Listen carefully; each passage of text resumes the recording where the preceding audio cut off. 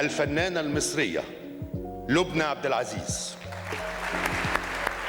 إحدى أشهر نجمات السينما المصرية، قامت ببطولة أكثر من 10 أفلام بين عامي 1957 و 1967.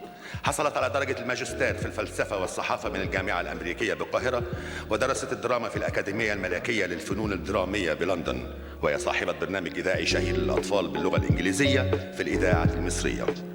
The Egyptian actress Lubna Abdelaziz, one of the most important Egyptian film stars. She starred in more than 10 films between 1957 and 1967.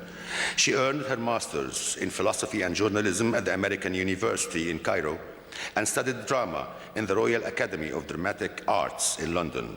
She has a famous English language program for children on Egyptian radio. سيداتي أنساتي سادتي، الفنانة المصرية لبنى عبد العزيز.